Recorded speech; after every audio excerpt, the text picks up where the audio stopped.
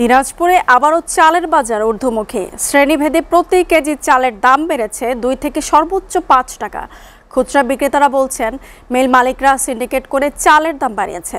আর মিল মালিকদের দাবি বর্তমানে ধানের স্বল্পতা রয়েছে, নতুন ধান বাজারে এলে চালের দাম কমে আসবে। দিনাজপুর থেকে খাদিমুল ইসলামের পাঠানো তথ্য ছবিতে ডেস্ক প্রতিবেদন। দিনাজপুরে আবারও চালের বাজার ঊর্ধ্বমুখী। সবচেয়ে বেশি বেড়েছে মোটা চাল। প্রতি কেজির মান ভেদে 2 টাকা থেকে সর্বোচ্চ 5 টাকা পর্যন্ত বৃদ্ধি পেয়েছে। চালের এই ঊর্ধ্বগতিতে নাভিশ্বাস সব শ্রেণী পেশার মানুষের। অনেকেই কমিয়ে দিয়েছে চাল কেনার পরিমাণ। টাকা পয়সা ইনকাম কম এবং দাম বেশি, মাল কিনতে হবে।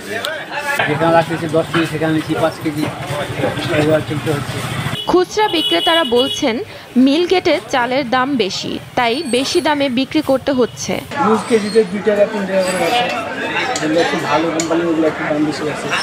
এদিকে আড়তদারদের দাবি মিল মালিকরা সিন্ডিকেট করে চালের দাম বাড়িয়েছে। যেগুলো সাধারণ মানুষ খায়, সচরাচর 80% মানুষ যে ধানটা খায় সেটা তো কত ইউনিটে এটার আমদানি হয়েছে, এই জন্যই দামটা অনেকটা বেশি পড়তে হবে। আমরা যখন কিনতে যাই সেখানে চাল না, কিন্তু ব্যবসায়ীরা তারা মজুত করে রাখছে। যখন তুলনামূলক চাহিদা বেশি তখন তারা দেখাচ্ছে যে চাল মিলে চাল নাই, তখন কেজি প্রতি 1 টাকা 2 টাকা বাড়িয়ে দিচ্ছে। নতুন ধান বাজারে এলেই কমবে চালের দাম, জানালেন জেলা চাল কল মালিক সমিতির এই নেতা। নতুন ধান কেবল শুরু হয়েছে হাওড়া এলাকায়, আমাদের দিনাজপুরে ধান ঢুকছে, কিন্তু ওই মিনিগেট এটা এখন ঢুকেনি, এই সপ্তাহের মধ্যে ঢুকে যাবে। পুরাটে নতুন ধান ঢুকবে, নতুন ধান ঢুকছে মোটাটা, এখন চিকন ধানটা এই সপ্তাহের মধ্যে ঢুকে যাবে। এসিটিভি নিউজ ডেস্ক।